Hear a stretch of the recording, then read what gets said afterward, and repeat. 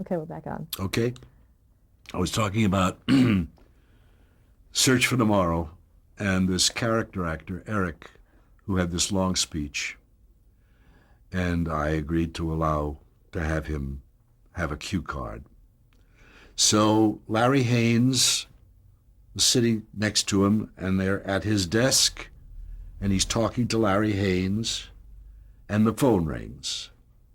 He says, "Excuse me, I'll be right with you. Let me just get this." Puts on his glasses, picks up the phone, and talks the whole phone conversation. Finishes the phone conversation, takes off his glasses, and goes back to talking.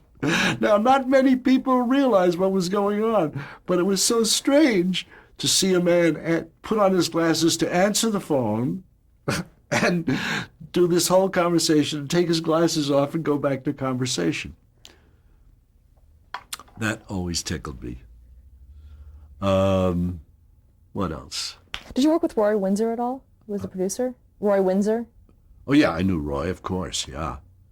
He was with Benton and Bowles, and I think it was Benton and Bowles, yeah, the agency, and he produced quite a few of the soap operas. You also worked on Portia Faces Life. Yeah, Portia Faces Life was, I think, at NBC, and it was adapted from the radio show. And I was associate producer with Charlie Irving as well, associate producer and director of that. I don't think that lasted more than a year. Did you work with Francis Reed on that? Francis Reed? Yes, yeah. Francis Reed, as a matter of fact, was recast. I had nothing to do with that, but the network or Procter and Gamble or whoever decided they wanted somebody else, and I forget who we recast, but Frances they replaced her. I think it was with Fran Carlin. Fran Carlin, right? Fran Carlin replaced her. Yeah, Francis Reed had played it on the radio.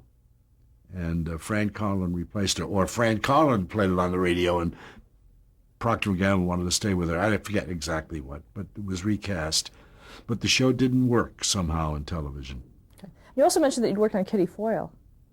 Yeah, that lasted 6 months until some game show was put on CBS opposite us and just knocked us out of the ratings, and NBC canceled that. That was a good show. It was based on the movie, Kitty Foyle's, the Ginger Rogers Brothers movie, and it was the further adventures of, Kitty Foyle Faces Life.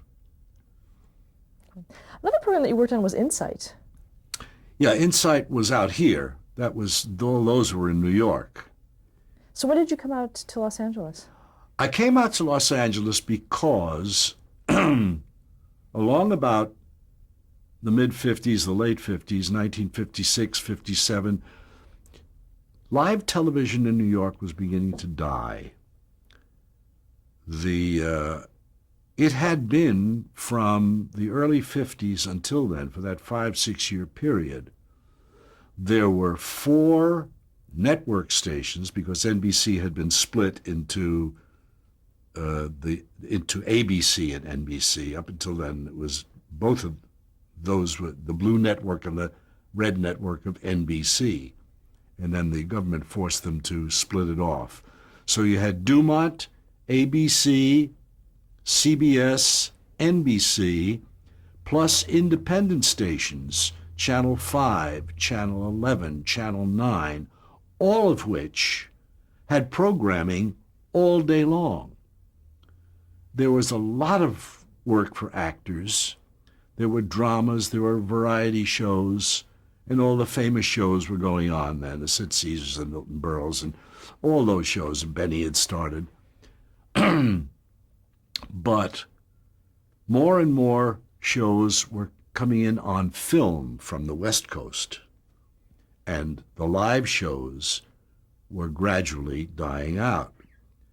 And I saw the writing on the wall. Charlie Irving, who had was the producer of Search for Tomorrow and Portia Faces Life and Kitty Foyle, moved out. He had a deal to go to Channel 5, which was owned, KTLA, which was owned by Paramount in those days, to produce shows out here.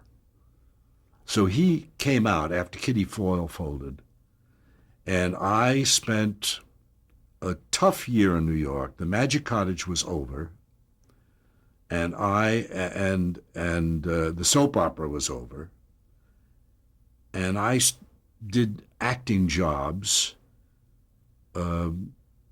around, but I wasn't a really busy working actor because I hadn't been doing it for so long.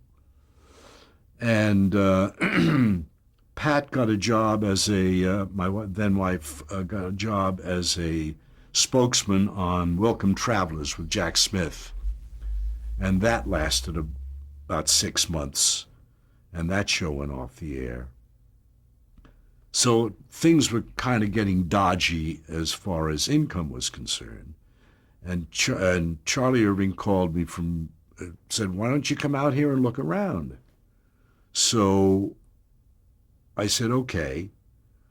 And I left the family in New York, and I came out and rented a furnished flat and worked for Charlie at KTLA as an associate producer. And he had a bunch of court shows, divorce court, juvenile court. There are all kinds of court shows which were scripted, just outlined, with mostly ad-lib actors and a judge and so forth. And I played the bailiff, which allowed me to get a check from 2 or 3 shows a week, which just enough money to pay my rent and feed my face and look around. Now that was your primary job at that time. Yeah, that's all I did. That's what I did. Did they use your real name in that role? There was no credits for the bailiff that I remember. I don't even remember that. I don't remember. And I was also associate producer on a couple of other shows and a director on a couple of them. We did one with Ross Martin called Dorso DA, and we did a couple of pilots for Paramount, which I was associate producer on. Just managed to have bits and pieces. And while that was going on, I didn't know it, but Art Linkletter and John Goodell, his partner, had a deal with CBS. He was doing House Party and all his various shows. He was a big star. And he had gotten a commitment from CBS to do a soap opera. He wanted to do a daytime soap opera, which had never been done from the West Coast. And they kept putting him off because there was no experience. And then John Goodell got a call from Lever Brothers that Hal Cooper was on the West Coast, and if you could get Hal Cooper to produce and direct his soap opera, they would make the deal. Well, I didn't know this, but I got a call from John Goodell, came in to meet him, and he said, we're going to put a soap opera, and would you be interested in producing and directing it? And I said, sure. I really had come out here to get into film and nighttime television. I was, in those days you were categorized. I was a daytime director. I was a soap opera director. So I said, sure, because it was a job. And so I agreed to do it.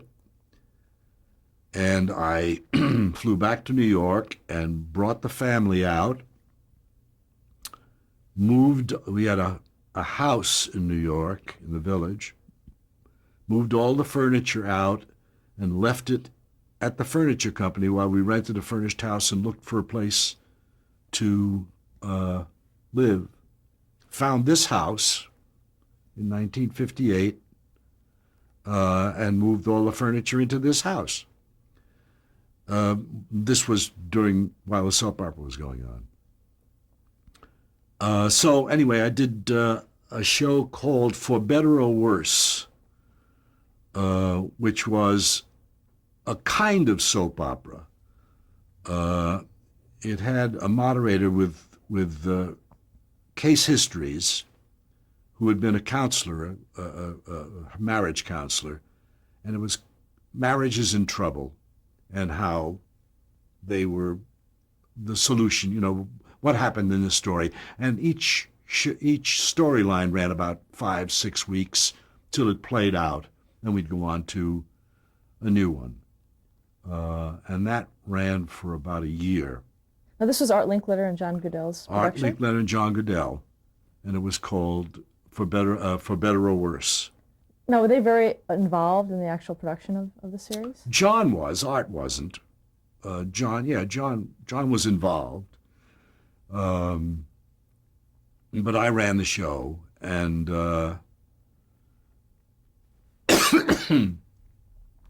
brought a marvelous script editor from New York who I'd worked with Charlie, Myron Gold, and he supervised the scripts and the storylines. Pardon me. So that went on for a year. No, was this filmed? No, this is live tape. It's Television City, CBS.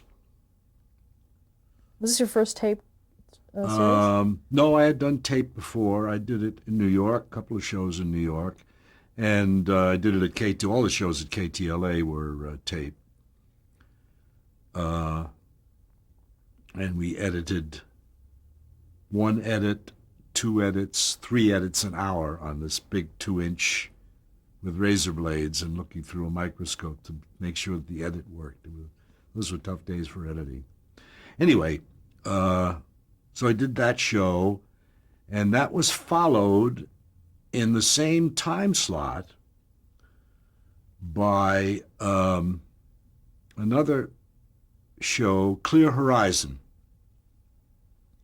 soap opera, starring Phyllis Avery and Larry White, who was the head of daytime programming for CBS at that point, said, "You're doing that, move over, and you're in the same time slot." So I continued into this new soap opera, Clear Horizon, and that ran a year.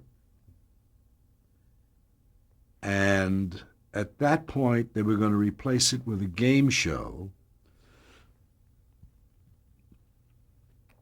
And Larry said, "I'll arrange an interview with the producer who's coming out, but they may have their own director."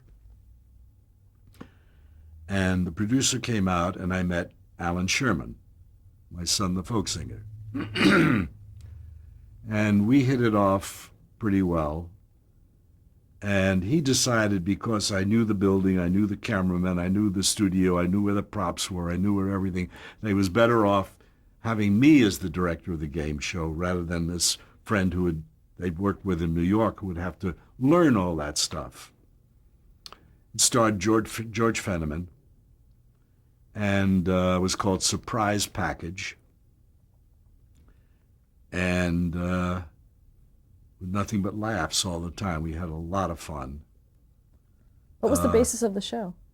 The basis of the show was you were given clues of what was in the surprise package behind you. There was a huge set, and the surprise package, if you guessed right, opened up, and there was the Volkswagen, or it could be 5,000 pounds of steer manure.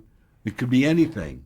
And so there were jokes about that, and the clues were misleading, and Fenneman handled all that, and there were minor prizes and major prizes, and it was a fun show. It was a lot of fun. And the only thing about it was I didn't get much sleep because Alan was a night person, and he had these these parties that he would go to, he would sing these songs. He would call me up at 11 o'clock at night and say, come on over, I'm stuck. I need to bounce some stuff. I'd have to get dressed and go over to his house in Bel Air, and his wife would make scrambled eggs, and we'd be there till 2, 3 o'clock in the morning working on some song that he was going to do at a party for, but through him I met Harpo Marx, who lived next door and used to come over, and had a lot of fun with Alan. And then, of course, when that show went off the air, he made the record, Hello Mother, Hello Father, and suddenly became personally famous instead of just a producer.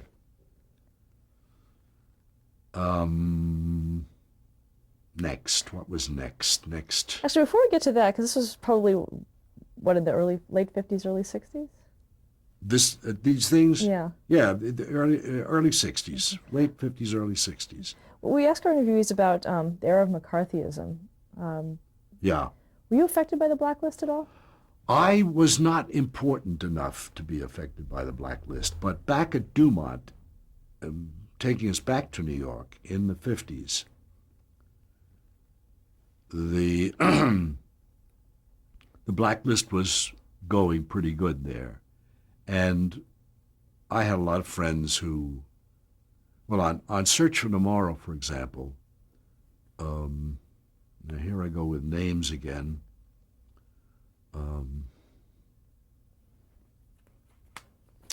Famous actress whose name I cannot remember, who's a good friend. Lee Grant? Lee Grant, thank you. You'll have to help me with these. I've always been bad on names, but it's getting worse. Lee Grant was in a hospital room in bed, and I think he was her brother-in-law, Don Knotts, was there. And we dollied into a close-up of her on Friday.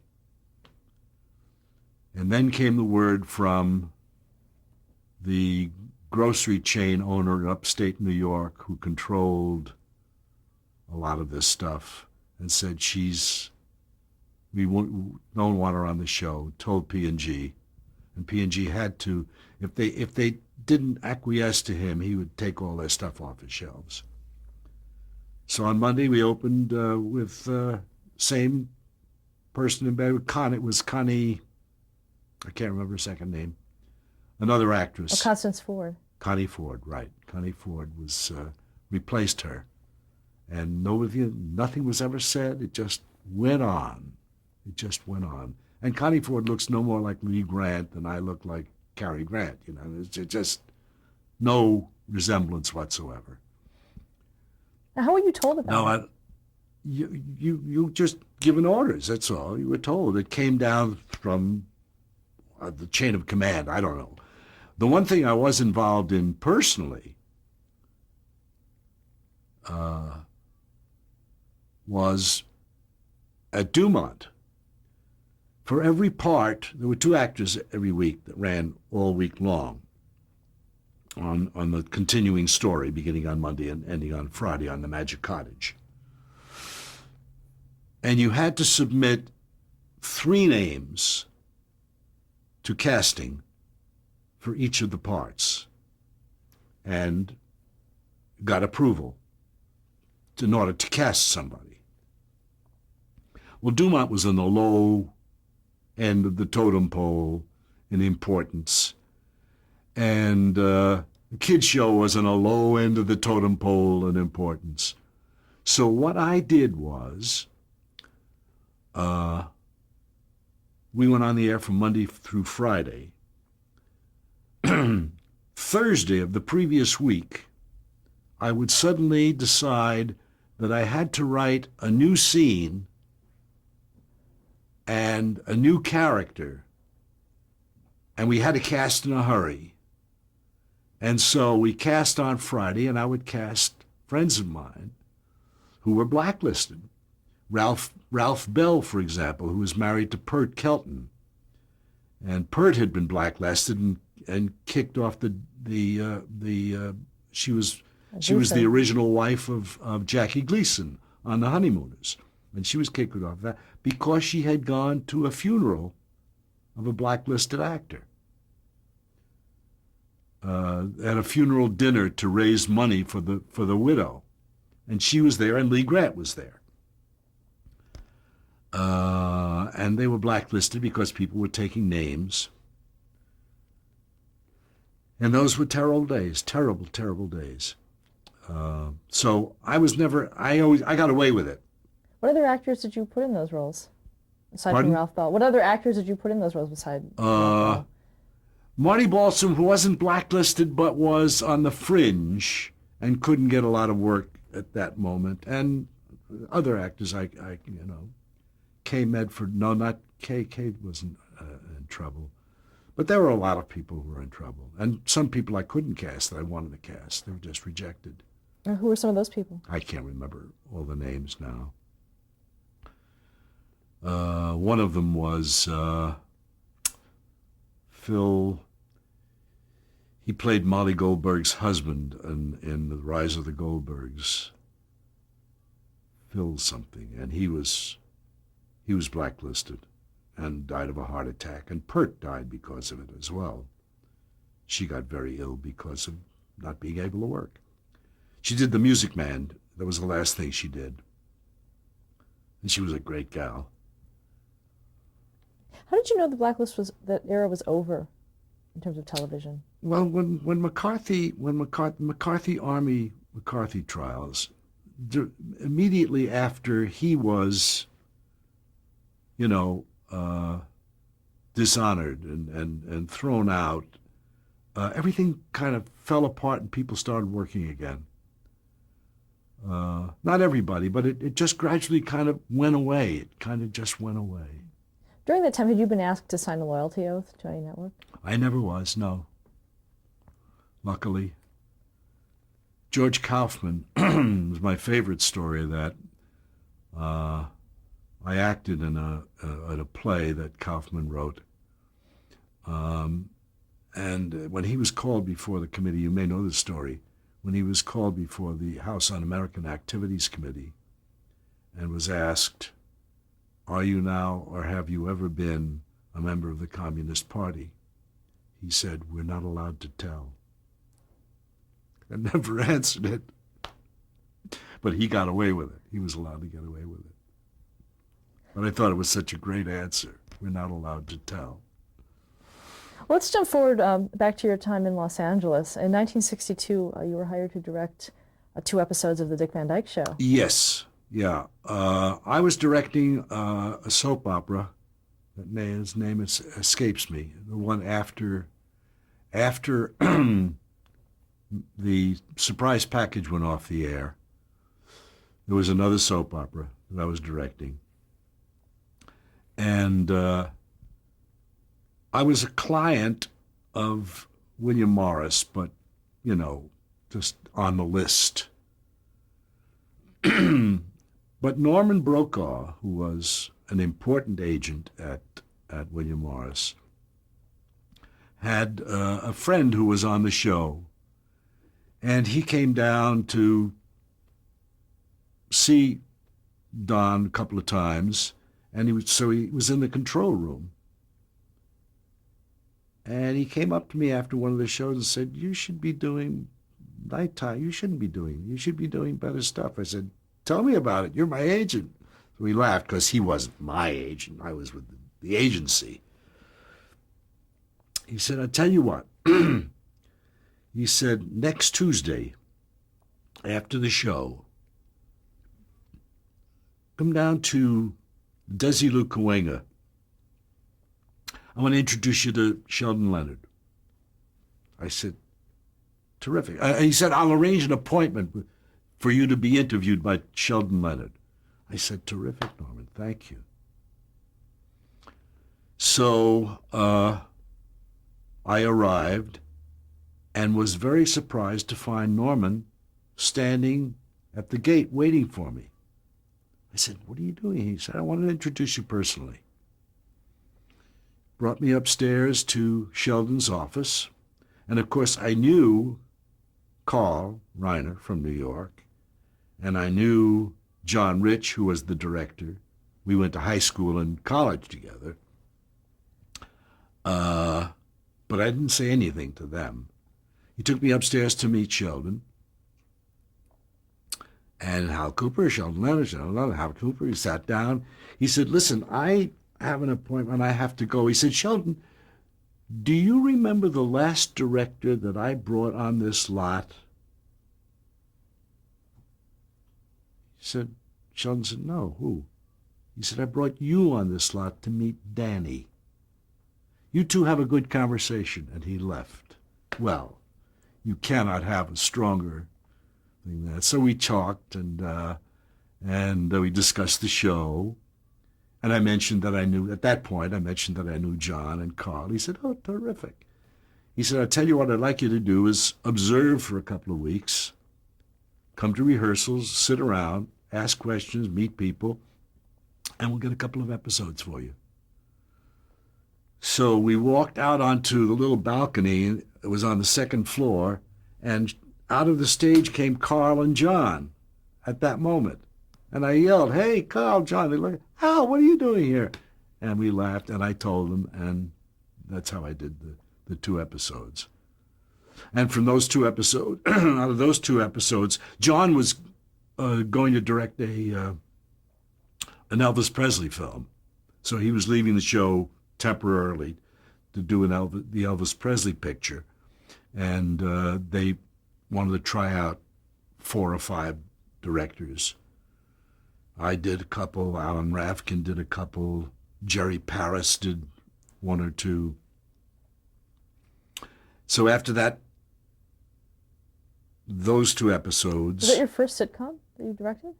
That was the first sitcom on film. It was the first nighttime. It was the first sitcom. It was the first of a lot of things. Yeah. What was the biggest challenge for you in that first time directing, the film sitcom? There was no difference. Directing is directing, acting is acting. There are some certain mechanical things that are different, but you learn those very quickly. Marking the spots on the floor for the focus man to see when you make your move where. But those are very quickly learned. You're still directing people. You're directing a story. You're directing comedy, which you either can do or you can't do. It doesn't make any difference whether it's in the theater or on film or on tape or live. It's the same beast, really, in effect. Let's stop there to change the tape.